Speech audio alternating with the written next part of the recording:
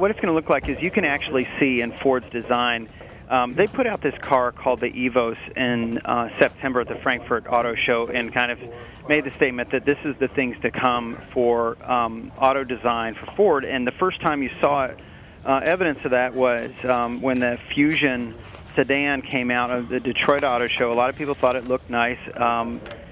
People, including myself, said it kind of shares some design language with the Aston Martin Vantage, and which is not a bad comparison to draw for a basic sedan.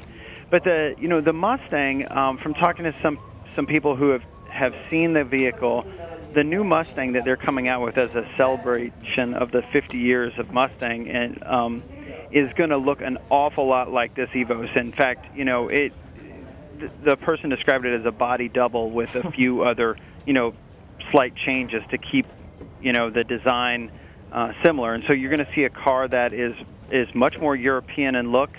It'll still have some Mustang cues to it, but it'll definitely, you'll have that sloping roof that goes into almost no trunk. You're going to have the oval sort of mouth on the car, which is now starting to spread across a lot of cars in Ford's lineup.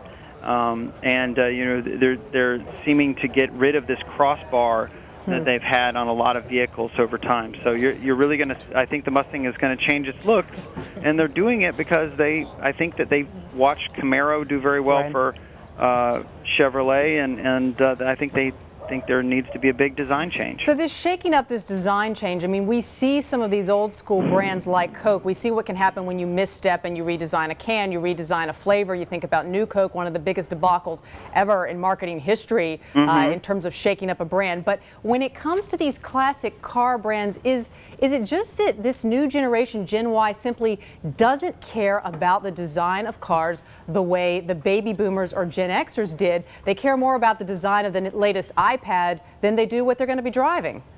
Well, I'm gonna say that I think that this vehicle, particularly in the current one, actually appeals to baby boomers and the younger generation, and that Ford is taking a bit of a risk by if they end up changing it dramatically. Now, there is some time before the vehicle comes out, so there are things that you could, that they could do to make it be more faithful to the original. But you can actually see in the 2013 model of this vehicle them already starting to go this direction, and I think that it could be a significant risk. And you pointed out some of the brands that have done this before and really angered the loyal following. They are going for a revolutionary change. I think they feel like they have to, but at the same time, they're almost certain to turn off an element of their fan base. Yeah, it's going to be interesting to watch. Mike, very quickly before we let you go, what about the price point? Is it going to still stay in that sort of affordable first car range? Absolutely. I think that there are certain things that would be harder to change than the design.